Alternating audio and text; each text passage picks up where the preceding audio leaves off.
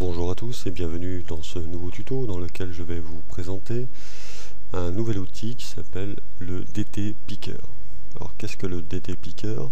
C'est ni plus ni moins que cette petite fenêtre que vous voyez ici, dans laquelle on verra la date du jour s'inscrire, mais qui a une petite particularité, c'est ici quand on appuie sur la petite flèche, d'afficher le calendrier.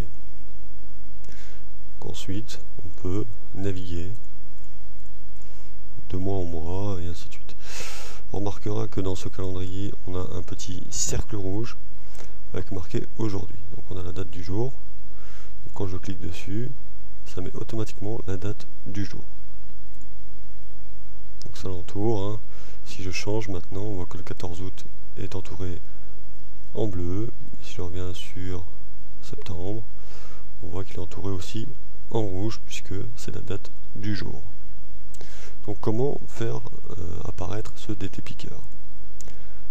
Nous allons aller dans l'onglet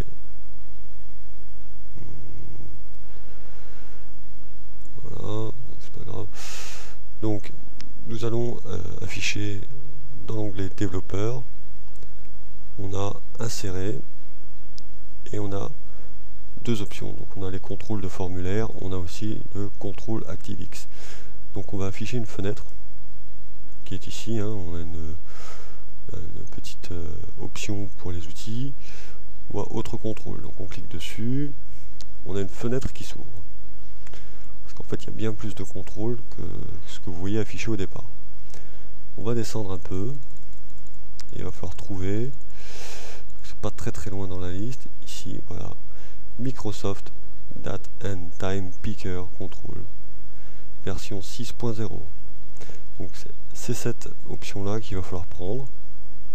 Je clique sur OK et ensuite je clique sur la feuille et ça m'intègre automatiquement ce DT Picker. Donc on voit ici, hein, c'est DT Picker 2. Pourquoi? Parce que j'ai déjà DT Picker 1. Donc ensuite je règle le format comme je le souhaite, hein, c'est pas le souci. On pourrait mettre voilà, donc j'ajuste un peu, voilà. Quand je sors du mode création, je clique sur la feuille et on est bon. Donc par contre, le petit point de détail qu'il va falloir comprendre, c'est que à chaque ouverture du dossier, il gardera la date à laquelle vous avez inséré ce DT Picker. Donc nous, ce qui nous intéresse, c'est quand même d'avoir la date du jour. Donc là, il va falloir faire une petite manip. Donc je vais enlever ce DT Picker là. Voilà. Donc on va aller dans le mode visuel basique, comme ceci.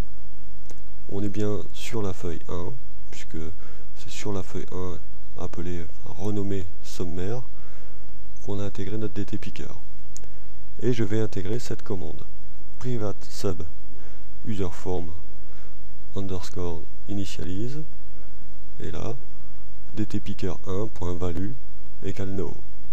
Alors si ça marche pas avec no, il faut marquer date, date comme date, D-A-T-E,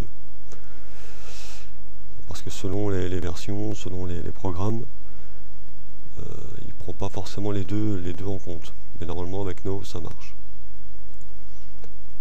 Ensuite, donc ça aura pour effet, cette commande aura pour effet d'insérer la date du jour à l'ouverture du dossier. Donc aujourd'hui on est le 14, quand j'ouvrirai le dossier demain, ce sera affiché le 15 automatiquement. Ensuite, ce qui serait intéressant, c'est d'intégrer cette date dans une case. Alors, je l'ai fait ici, voilà. On voit ici que j'ai intégré la date du DT Picker. Alors si je change la date du DT Picker, je vais mettre le 16, voilà, ça mettra le 16, et ainsi de suite. Si je change de mois, mettons 16 juillet, voilà, 16 juillet. Alors par défaut, quand on clique, hein, on voit sur la barre de formule que c'est marqué 16 juillet 2014, midi 10, 45 secondes. En fait, là, le temps, l'horloge est désactivée en fait. Donc ça vous mettra toujours midi 10, 45. En fait, là, elle n'est pas midi 10, il est midi 55.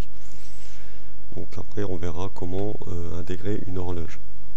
Donc là, ni plus ni moins, il faut aller dans la cellule en question, format date, donc format de cellule, date, et intégrer un format date, celui que vous voulez, et ça aura pour effet d'avoir juste la date et non pas l'heure qui est fausse.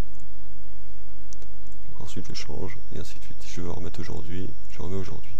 Alors pour que ça s'affiche dans cette cellule, parce qu'on voit bien qu'il n'y a pas de formule, on choisit la cellule en question, donc là c'est L5, je retourne sur Visual Basic, et donc grâce à mes onglets ici, et ici, je vais sur Worksheet, Selection Change, et ça va vous intégrer cette commande Private Sub Worksheet underscore Selection Change, ainsi de suite.